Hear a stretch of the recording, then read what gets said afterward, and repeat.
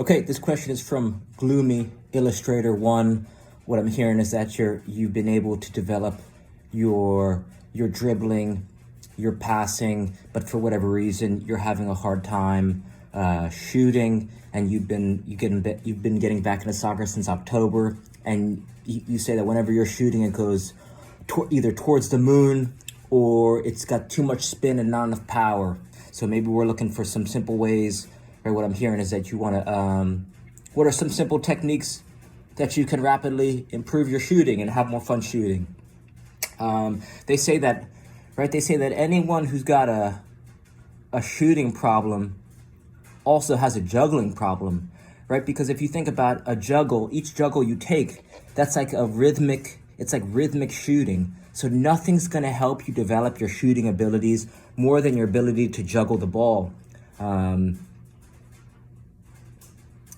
And so not only just juggling, but you want to start to juggle different sized balls. And why this is helpful is because balls that are slightly heavier, basketball, 2.2 pound medicine ball, even an overinflated size 5 is going to help you develop your power.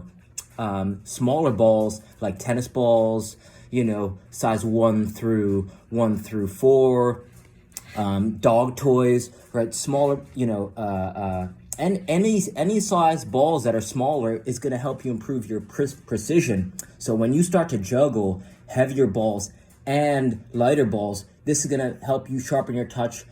The more sharper your touch, right? The sharper your touch, the more dangerous you're going to be on the field.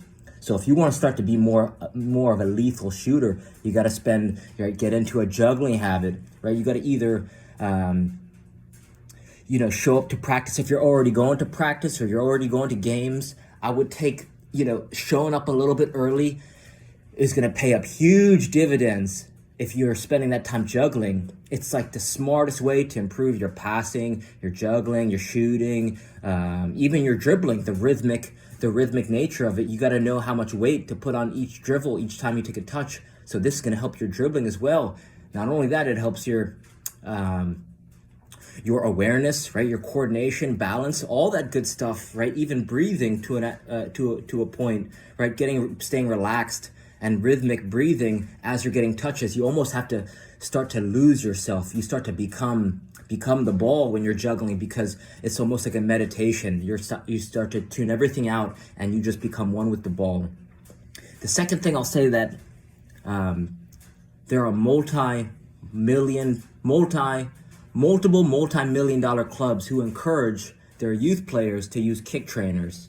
And kick trainers are just a simple tool, right? It's just a ball and a string or a ball and a rope, right? I'm talking AC Milan, Sevilla, Ajax, right? All these clubs,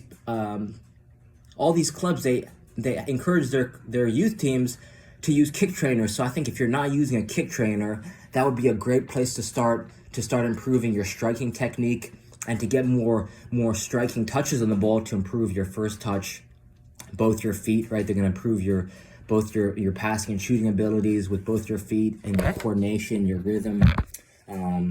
So you can make one yourself with a size 1 ball, some rope or some string and some duct tape. I even had a player comment that he rigged one up with a jump rope and a tennis ball. So you can be creative, or just buy one, right? If you got a little bit of cash saved up, you've done some chores or something like that.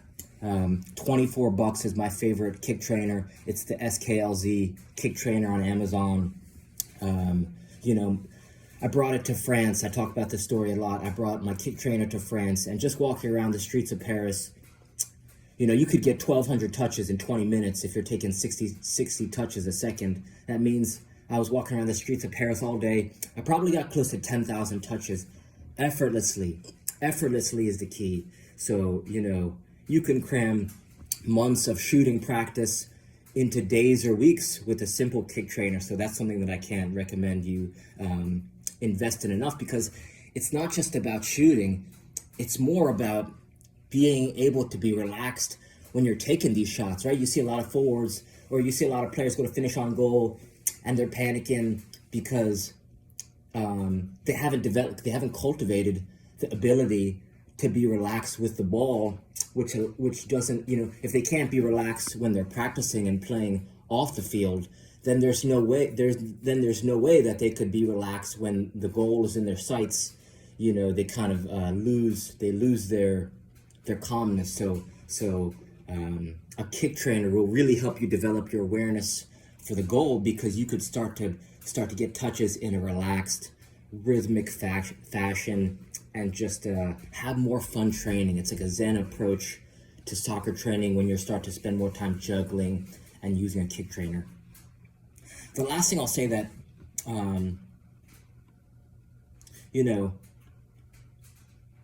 you won't even make it to the place where you can get shots if your dribbling abilities aren't right. The more that you can manipulate the ball in the field, combine with your other teammates, and get the ball back in return, right? Like keep possession, dribbling up the field. You won't even get those shooting opportunities if your dribbling abilities aren't strong, right? You want to be able to start to set up your shots, beat defenders, and create opportunities for yourself, passing and scoring opportunities. So don't